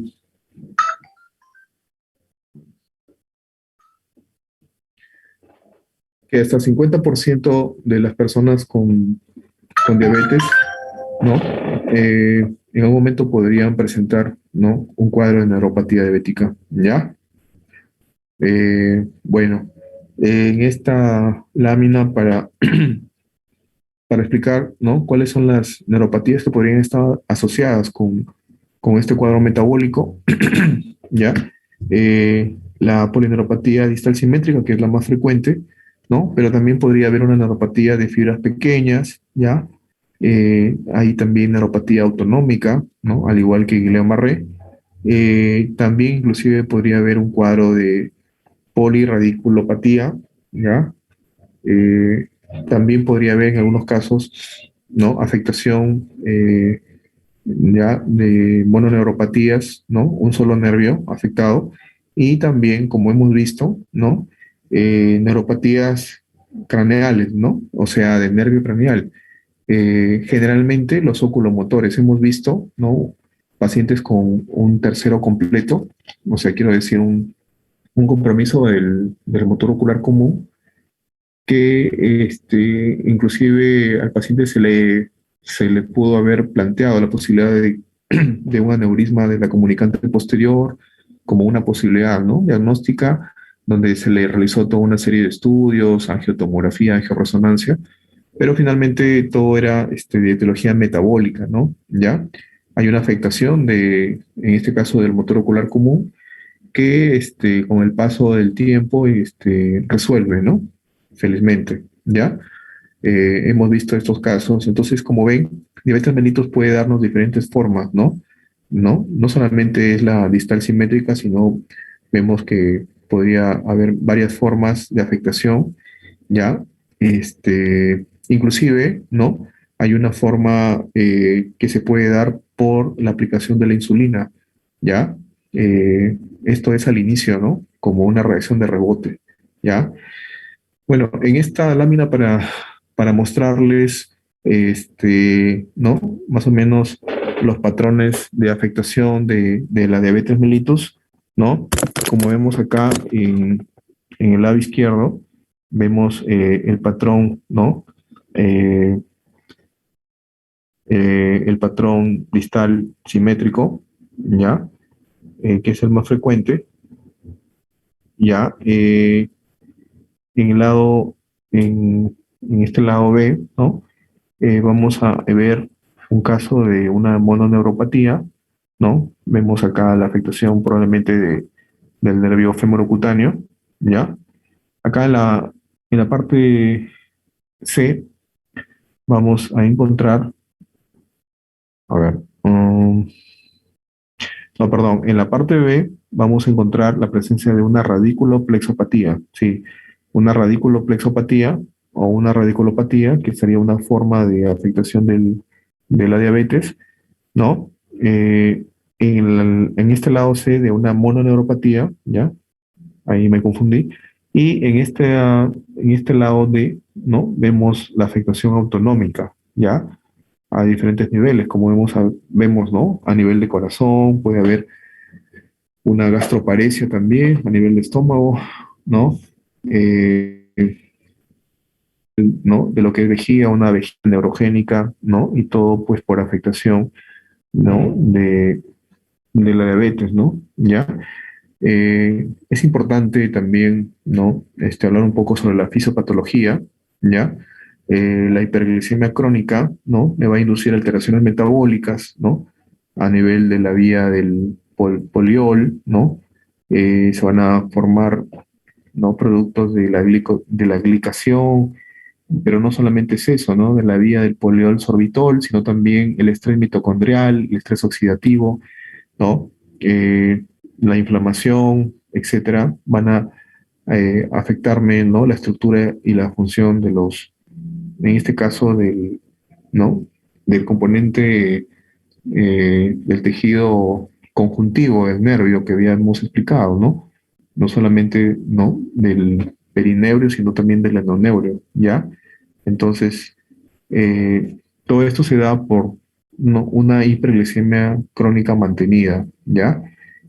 Como les digo, no solamente es por alteración ¿no? De lo que es el poliol, el sorbitol, ¿no? Sino también por estrés oxidativo, estrés mitocondrial, ¿no? Hay una serie ¿no? de alteraciones que se dan ya a nivel del nervio, ya, y de tal forma de que me van a ir afectando finalmente la estructura del nervio, ¿no? Y también la base nervorum, como dice acá, ¿ya?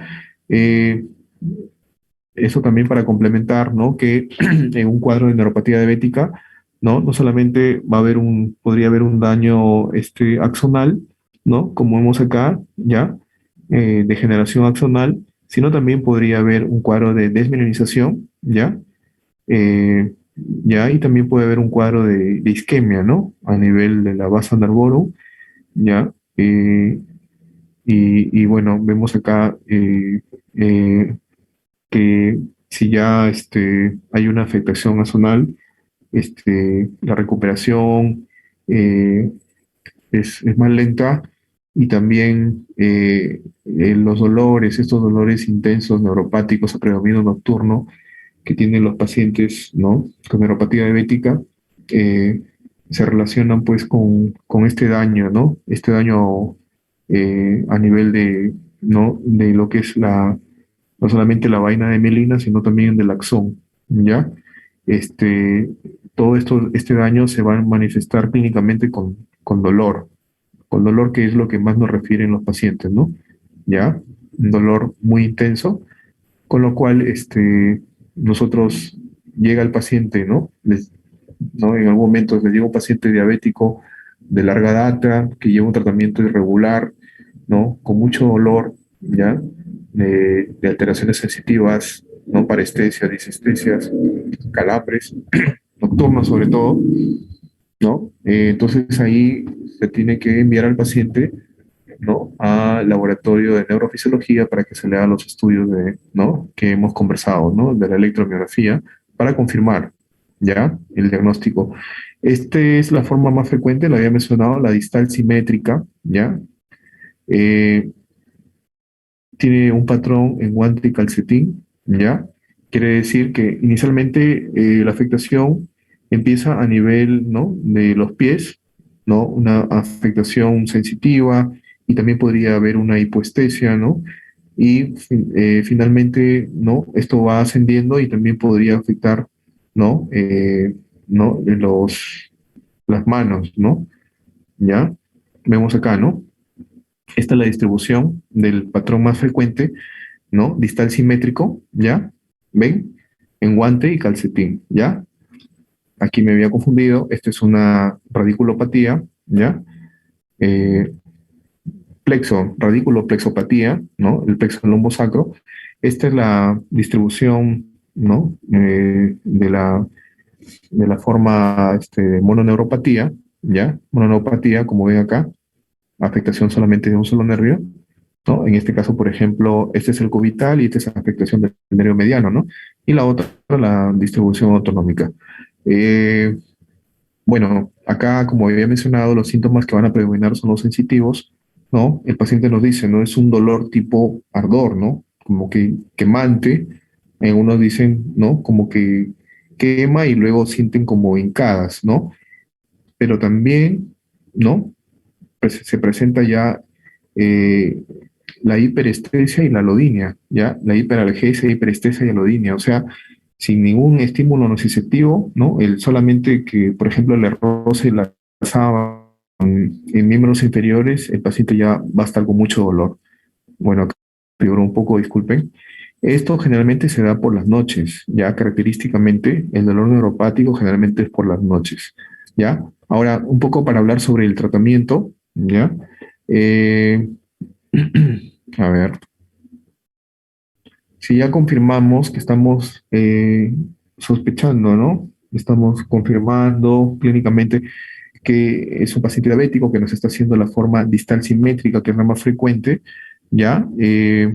Como dice acá, vamos a considerar tres posibilidades. Podemos empezar con los gabapentinoides, gabapentina, pregabalina, o podemos empezar también a dar estos antidepresivos como son duloxetina, venlafaxina, ya, que son inhibidores, ¿no? De serotonina, norepinefrina, son mixtos o duales, perdón, son duales, ya. Y en algunos casos también podríamos dar antidepresivos tricíclicos, ¿no? Amitriptilina, nortriptilina, desipramina, ¿ya? Pero si el dolor, a pesar de, ¿no? de haber iniciado este tratamiento, persiste, porque es un dolor, ¿no? que el paciente no lo tolera en muchos casos, podemos combinar, ¿no? Gabapentinoides por ejemplo, con duloxetina, ¿ya? Pero si aún con esto no conseguimos calmar el dolor, podemos agregar, ¿no? Opioides tipo tramadol o tapentadol, ¿ya? Pero si aún así el dolor persiste, al paciente tendríamos que referirlo al servicio de terapia del dolor, ¿no? En el servicio de anestesiología. Bueno, para hablarles un poco sobre la neuropatía autonómica, ¿ya? Eh, bueno, hay manifestaciones diversas, ¿no? Dependiendo, ¿no? A qué órgano haya esté afectado, qué fibras estén afectadas, ¿no? Pueden haber, ¿no? Alteraciones a nivel cardíaco, gastrointestinal, genitourinario, ¿no? Si es a nivel, por ejemplo, de tracto digestivo, puede haber una gastroparesia, puede haber cuadros de constipación, ¿no? Puede haber cuadros de retención urinaria por vejiga neurogénica, ¿no? En la esfera sexual puede haber disfunción eréctil, puede haber, ¿no? Frecuentes arritmias cardíacas también. Y lo que yo les decía, ¿no? Estos cambios, ¿no? De la presión arterial, ¿no? Ortostatismo, ¿no? Ortostatismo, ¿ya? Eso también es importante tomar en cuenta de que esto tendría un factor pronóstico por un riesgo de insuficiencia respiratoria, ¿no? Un IMA, ¿no? Silente. No olviden que en los pacientes diabéticos podemos tener un IMA silente, ¿no? O sea, sin necesidad de que el paciente tenga una angina y a su vez muerte súbita, ¿ya? Y bueno, aquí para mencionarles, ¿no? Para su conocimiento, ya por horas del tiempo, hay algunas neuropatías asociadas con malignidad, ¿ya? ¿No? Algunas neuropatías inducidas por quimioterapia, ¿ya? Eh, También algunas ya no polineuropatías, sino como plexopatías, o sea, afectación de plexos, y esto podría ser por radiación, ¿ya? Eh, Cuando es por quimioterapia, generalmente hay un síndrome doloroso, ¿no? ¿Ya? Con pérdida de la sensibilidad, ¿ya? Y en cuanto al uso de la radiación, ¿no? En algunos pacientes con algún problema oncológico, lo que vemos básicamente es mucha debilidad, ¿ya? Eh, en cuanto al líquido cefalorraquídeo, ¿no? Va a salir normal. ¿Y por qué el líquido cefalorraquídeo? Porque cuando tenemos un paciente oncológico, ¿no? Podemos pensar en la posibilidad de metástasis al sistema nervioso, entonces tenemos que hacer un LCR para pedirle el PAP, ¿no? ¿Ya? Pero en estos casos, ¿no? Va a salir normal, ¿no? Inclusive también puede haber metástasis a nivel del mismo nervio, ¿ya? ¿Ya? Y también, o puede haber casos de polirradiculopatía, ¿ya? Donde igualmente puede haber, el paciente va a tener mucha debilidad y también, ¿no? Compromiso de reflejos miotáticos profundos, ¿ya? Eh, Hay algunas, a ver, hay algunas neuropatías, ¿ya? Que son, digamos, consideradas para neoplásicas, ¿ya? Por ejemplo, la neuropatía sensitiva, ¿ya? donde vamos a encontrar estos marcadores, ¿no? El anti-WHO, por ejemplo, ¿ya? Eh, Como les había mencionado, generalmente todos estos cuadros paraneoplásicos los relacionamos, ¿no? Con el OHCL, ¿no? Que es el tipo de cáncer de pulmón a células pequeñas, ¿ya? Y en pacientes mujeres también lo frecuente es cáncer de mama, ¿ya? Puede haber una neuropatía autonómica en algunos pacientes también, ¿no? Con cáncer de pulmón, ¿no? O también en pacientes con problemas de adenocarcinoma o de un timoma también, ¿no? ¿Ya? Neuropatías motoras, ¿no? Donde, ¿no? Como suelen hacer los colegas oncólogos, piden todos estos marcadores tumorales, ¿no? A veces también en pacientes con cáncer de pulmón, cáncer de ovario, ¿no? Como vemos ahí, o en linfomas también, ¿ya? La idea es que sepan de que, ¿ya? También en pacientes con cuadros oncológicos también podríamos encontrar cuadros de polineuropatía, ¿ya? Como vemos acá, podrían ser sensitivas, motoras, autonómicas también, ¿ya? Para que lo tomen en cuenta. Y también hay neuropatías, enfermedades reumatológicas, ¿no? Solamente para mencionar en algunos cuadros de vasculitis, ¿ya? Vamos a encontrar, por ejemplo, una polineuropatía asimétrica, ¿no? ¿Ya? Donde generalmente el inicio es agudo, donde el paciente tiene bastante dolor, ¿ya? Y bueno, esto, como les decía, podría ser eh, parte del cuadro o podría ser el inicio, ¿no? El inicio, el debut del cuadro, porque, bueno, vasculitis tiene una serie de características, ¿no? No solamente es polineropatía, también en pacientes que tengan granulomas, ¿no? Por ejemplo, pacientes que tengan sarcoidosis o este cuadro reumatológico que es la granulomatosis de Benner, ¿no? Ya, también podríamos encontrar cuadros de polineuropatía, ¿ya?